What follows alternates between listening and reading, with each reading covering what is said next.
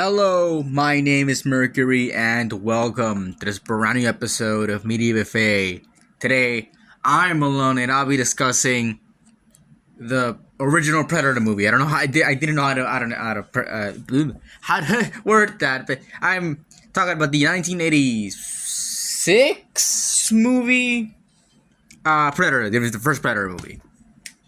So I'm doing this because we're gonna have to eventually talk about like Alien versus Predator when we get through all those movies, when we get through like the initial retro type Alien movies, before 21st century, before the 21st century started. After that, it's the Predator movies. So I thought, hey, it would make kind of sense to talk about the Predator movies and put them in retro, just to have more stuff to talk about. I then looked it up, and it's only like 2 movies that came out in the 20th century for the Predator franchise. But whatever, I guess. And there's more. There's a lot of stuff for Predator coming out this year. We had Predator Killers come out last month. We're gonna get to that. We're gonna review that. Don't worry, we are going to review that. However, not just to wait a little. And there's also Predator Badlands coming out in November, which recently got a trailer. When I'm recording this, I got the trailer today. So yeah, and it looks pretty cool. I like what they're doing with the franchise now. That they are giving. That they're taking the Predator franchise and they're putting them in different in different settings. Like Prey had the setting in like pre-colonization America, or like around there. Yeah, just having the setting be like around Native Americans. And I'm not sure. I don't remember which tribe it is. Like what like civilization is depicted in there. So sorry if I don't remember, but I only know I remember is that it is like Native American based. Then we had Killer of Killers, which had, I believe, one set in World War II, another in like Viking times or Norse times, and then one in Japan. I'm pretty sure. I'm not sure if it's feudal Japan or like another period, but it is in Japan. And then we have Badlands, just set in like the far future and whatever. When we see like a predator, a young adult predator, on his first hunt on an alien planet, like that's all really cool, and I like that. We're not just like we're not just sticking with one thing in like the modern era, like as it has been for the movies, but before Prey, and like the Predator was set in like modern times, and also and yes, I know what this implies, that we'll be covering all the Predator movies, and you'd be right, we'll be covering all Predator movies. We're gonna cover the new ones as well, but just kind of like forward after that. But we are going back for this Predator 2. Predators, the Predator, and then kind of ending it off like this, like looking back with Prey. So yeah, and I have not heard good things about Predator. I am not really excited to watch that movie, but we'll eventually get to watching it at some point. It's just I don't know when, but we are gonna watch the Predator. I am gonna watch Predator. You're gonna hear me review it, but yeah. And another thing I want to mention, if I don't like, in episodes, usually I look up like information on if I'm not sure or whatever. You might hear the keyboard clacking from my laptop. My laptop suffered water damage. And that's what I used to like read off notes, look up shit, and all that. And we're back to the whole pen and paper. I mean, this is a mechanical pencil, but same shit. Yeah, we're back to that. I didn't want to come this way. I still have like my old notebook I used to use. But yeah, until I get that fixed or get a new one, I will be using this as notes. And I wrote shit down on that computer for notes. Good thing it's on Google Docs and not like and not anything important. That can't like not anything that can't be, not like Google Docs isn't important, but nothing that can't be like backed up. You know, so it's on my phone, I can access them. However, the recording software that I use doesn't let me record, at least for long periods of time, doesn't let me record outside of the app. So I have to stick here, and I just said, you know what, fuck it, I'm just gonna write them down. So yeah, that's what I did. I wrote them down. That's not really something that didn't really needed to be said. Like nothing you guys need to know. But yeah, that's the reason why, and that's why maybe you won't be seeing a lot of tier list episodes in the near future. At least for like the next month or so. I'm not doing any tier list episodes or anything with tier list. I don't think I was anyways. But still, I'm still gonna give ratings though, and I'm just gonna update it on my phone after the episode is done. But yeah, and one last thing, it's not to the audience, it's not to you guys or anything. I just want to talk to my the people in my emails. Like I've been saying, like I told Rec Comedies at some point in the past, I don't know when. I know I mentioned to him that I have been getting emails from people trying to get me to advertise the podcast and whatever the fuck. And the guy who sent me like the meme of, what's his name again? The president from Pixels, Mall Cop. Is it Kevin James? Yeah, the guy who sent me the meme from Kevin James and all that shit. He's gone. He was the first one. Like I think that sent me all that shit, but he's gone. He hasn't like followed back me or anything. Like, but after that, I just been getting like a lot of promotions for different things, and like, oh, your podcast ranks here, and we can help you get it higher, and whatever the fuck. I don't care, man. I don't fucking care. I don't need your fucking help. Okay? I don't need any sponsors, anything. I know my channels are like 18 subscribers. My personal channel has 30 subscribers with absolutely no videos, which I'm working on getting some videos out, by the way, just saying. But yeah, I say to myself, like, I don't fucking care. I don't want promotions. And the most recent guy pissed me off so much. Like, it was like a merch brand that works with like big YouTubers and whatever the fuck. And I'm like, okay, fine, but why the fuck do you want to work for me? Like with me? Like I have 18 subscribers. I barely have a fucking audience. My most viewed video is like a video that reaches almost 300 views talking about the fucking Incredible Hulk. Like I'm not this big shot YouTuber who can, number one, be able to sell merchandise to people, and number two, the guy already has big clients.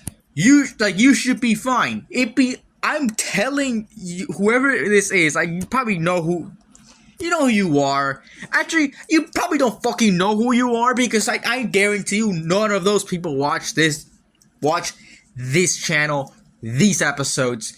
They just see like the numbers or however numbers I make. I might be fucking brilliantly popular on other platforms. I just don't know it, right? Because apparently, like some guy on like Apple, like apparently on a podcast, like, oh, on these little things you're number 20 or whatever the fuck, or number 10. Like I don't. Like maybe I'm like decently popular on Apple Podcasts, and maybe that's why I'm getting like a lot of emails. But it's not something that I think is beneficial for either of us. Because number one, you'd be wasting money investing in me, like in this channel, to sell merchandise to people that probably don't want to buy merchandise off of me. Like I won't be able to sell them, so it'll just be stockpiling. You'll be wasting your money. I'll be wasting my own money, like getting those to be produced and whatever the fuck. It's not beneficial to any of us. I gotta say. So I don't know how anyone got that email. I'm guessing that there was a fucking leak somewhere that said, hey, like, oh, sell the information. Like, hey, this email, this guy, it has a podcast. He runs a podcast. So sell the information and get in touch. That's probably what happened. If I'm being honest.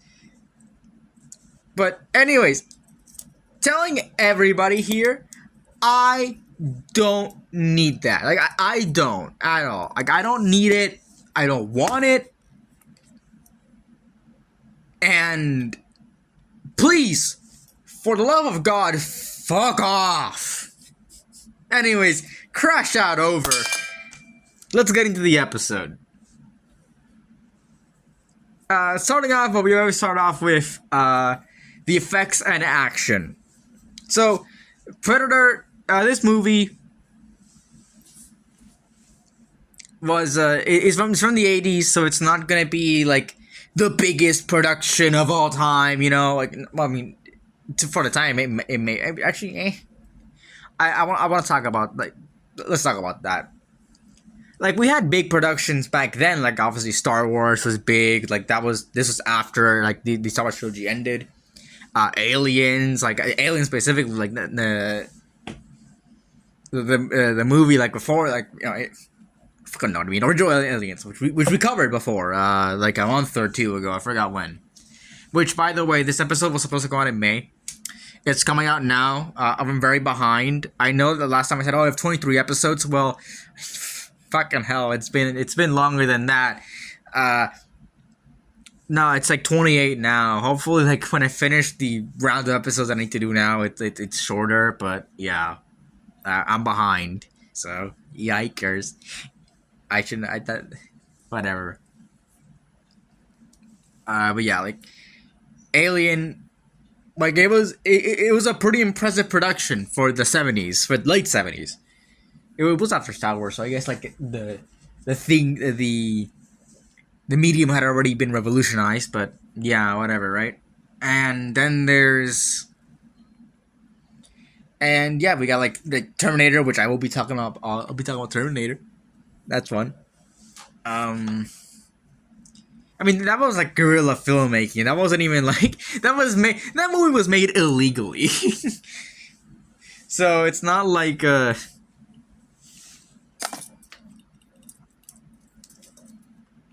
it's not like it was like the biggest production either. But we have Predator, and Predator is an interesting movie because it is, like, by all means technically low budget. I'm not sure what the budget is, and I can't look it up.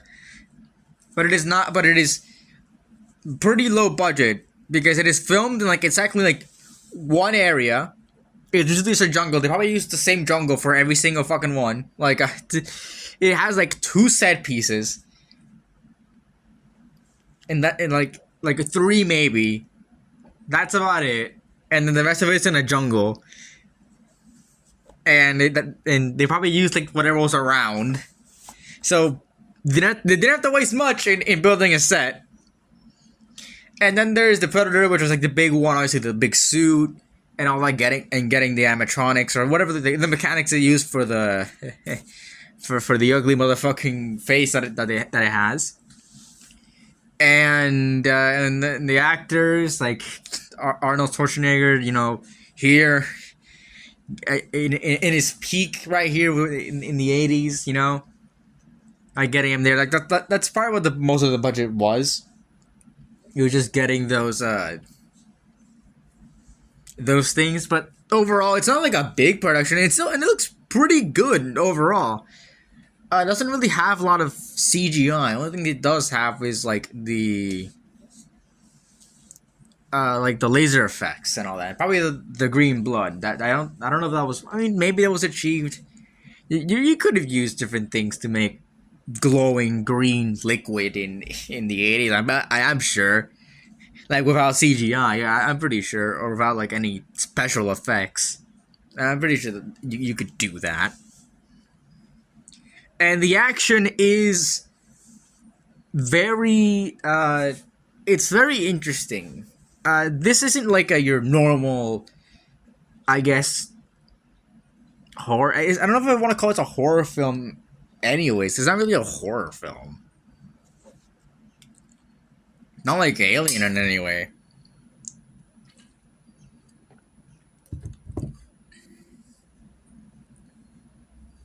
But the action is like it's interesting take on it because here it's not just brute force, and we see that throughout the movie. Like I'm gonna talk about that later. It's not just brute force that gets that gets the like gets them to be the predator. It is like their smarts, their wits, and their planning actually gets it through. And that's most of the action. That the entire movie. It's them building traps to get the predator and doing enough damage to, and at the end with a big fight. Kind of. It's not even Dutch like actually fighting him like entirely on one. It has him like outsmarting the predator because he can't beat it 1-on-1. So yeah, like it's the action here is honestly quite solid and an interesting take. Obviously, I know it's probably not very like a new take on action now, but it was back then. And hey, this is my first time ever watching this movie. I had never watched Predator. I've never even watched the Alien movies, and most of the things I'm watching for retro I've never watched before, or at least never to completion. So getting to see these things, that's pretty cool. And seeing these for the first time, specifically, is really cool.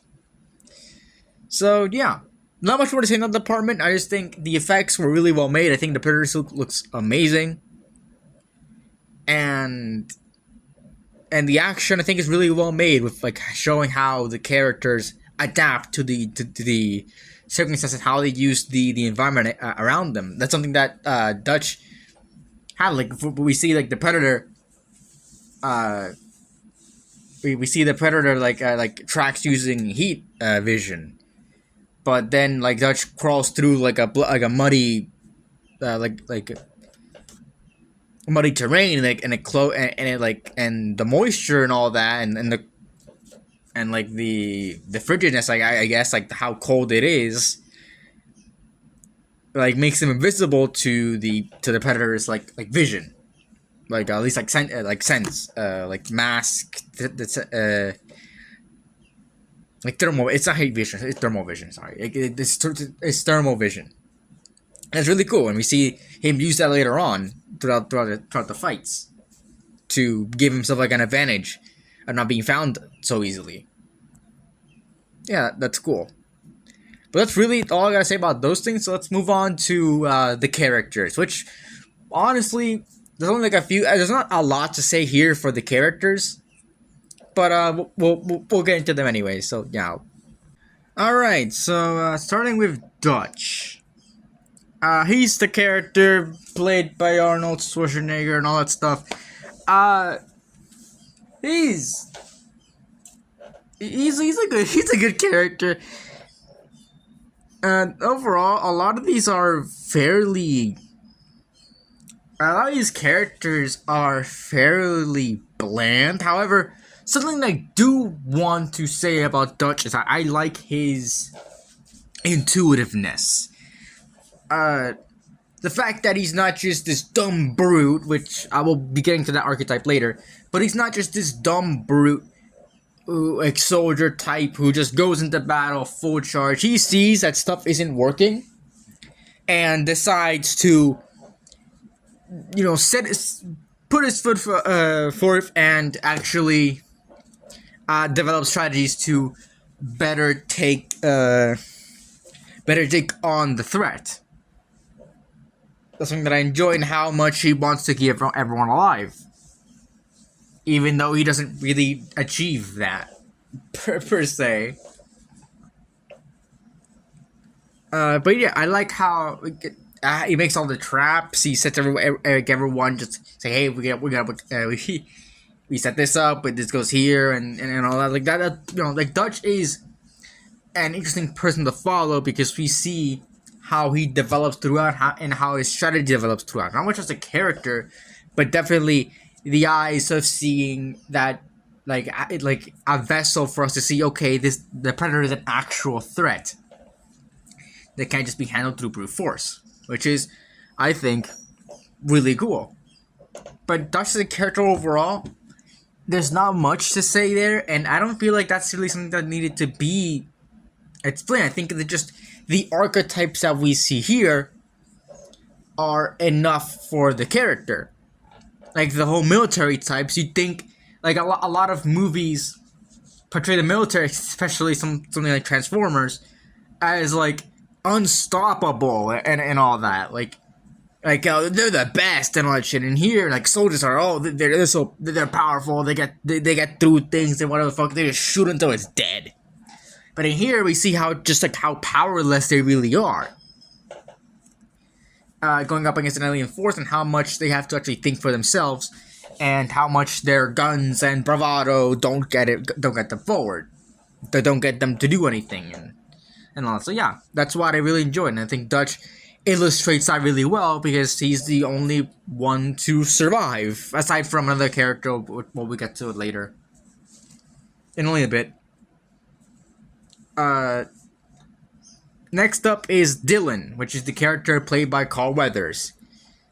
I'm not sure what the genuine, like he only really serves here to be like the friend, the Dutch, who gets him into this mission, and it sort of serves to I guess like he only serves to really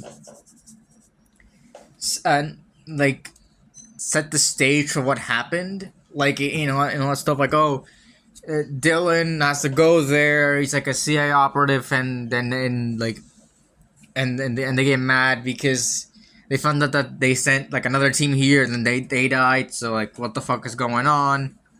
But then Dylan is like, and so the other guys feel betrayed, but then Dylan doesn't, I don't know if he wants to, like, he doesn't want to stay there, he doesn't want to stay like that. So he helps them out and all that stuff. But aside from that, he's not really much of a character. He dies like relative like away from everybody. So, and nobody like really reflects on his death. So yeah, like he's overall like an okay character. I think he serves his purpose well. We didn't see a lot of him. But it's not really a big complaint of mine. I didn't need to see more of Dylan as a character, you know? And also, if I say things that like whatever the fuck, I just not talk about them much. If it's been a while since I watched the movie, so pardon me if I don't talk about it extensively. It has been a while, and by a while I mean like a month or something. And there's been a lot of other movies I've watched. Not a lot of other movies. If you follow my fucking letterbox, you'll see how many movies I've actually watched. But it's not a lot. It's not a lot more. But yeah. Next up is Anna, which is the character I was talking about earlier.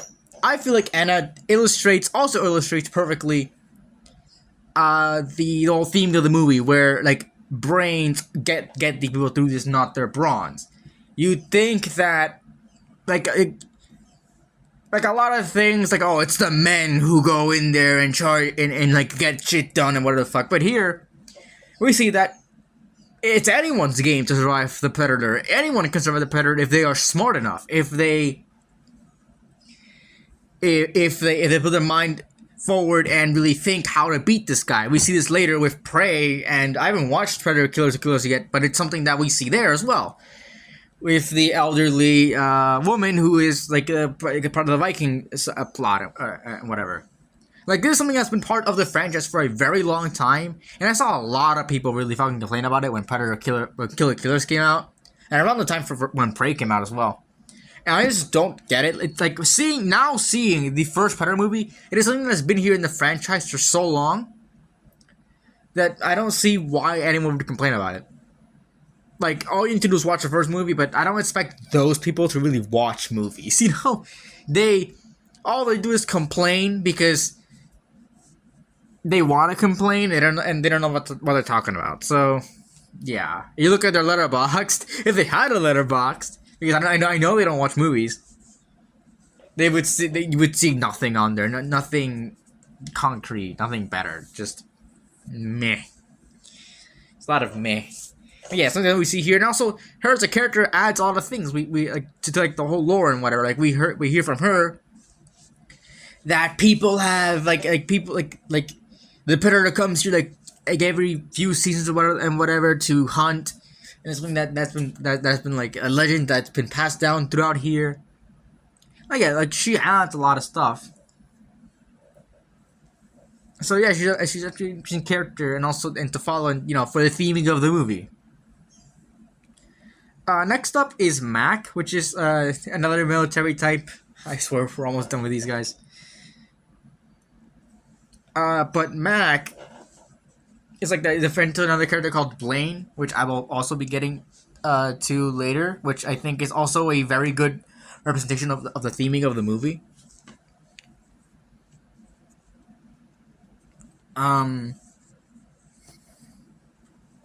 But Mac, like we have like he's a friend, and he has like a personal vendetta against a predator after Blaine gets killed.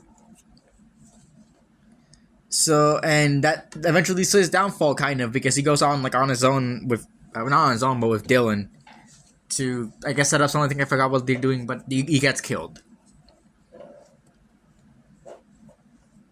But he's treated as like this cool character, but then he becomes really emotional towards the end, and that I think that leads him to also dying. Him doing kind of stupid decisions and not being able to really like actually rationally think what he's gonna do in that moment. And then there's Blaine. Blaine is interesting because he is the best. Like the best example of what this movie who would fail in this situation, because Blaine is this big macho man who wields a minigun and is shooting it like at the forest and whatever when he hit a predator, and he's like, I can take the shit on, and then he's like one of the first ones to die. He dies getting shot through the fucking chest. Like, he gets no chance to fight the predator at all. And it is also a very good example of like the theming of the movie. Like, he used brawn. He tried to use brawn to fight the predator, and it led to his downfall. He didn't even see it coming. He wanted a 1v1 against the thing, and he didn't get that. So, yeah.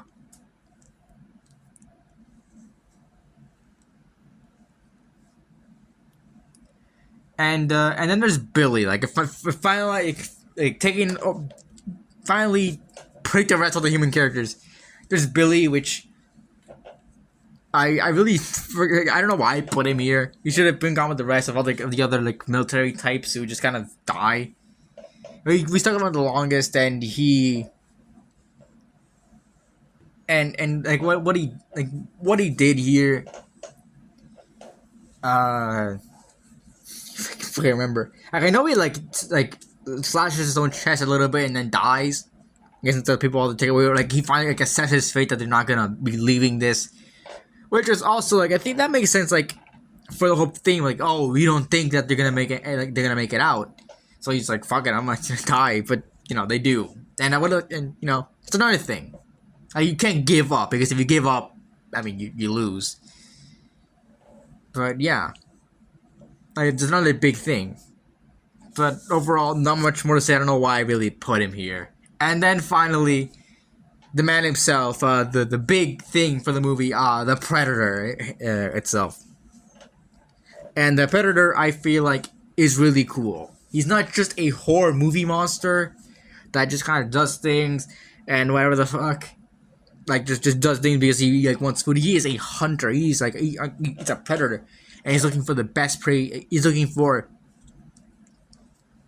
the best hunt, and he finds it in Dutch, where he doesn't kill him immediately. He lets them fight. Like, he lets them whoever see who wins, and all that. Like, that's really cool, and it's like, at least for the time, it was a really cool take on a monster movie villain, you know, like an actual intelligent one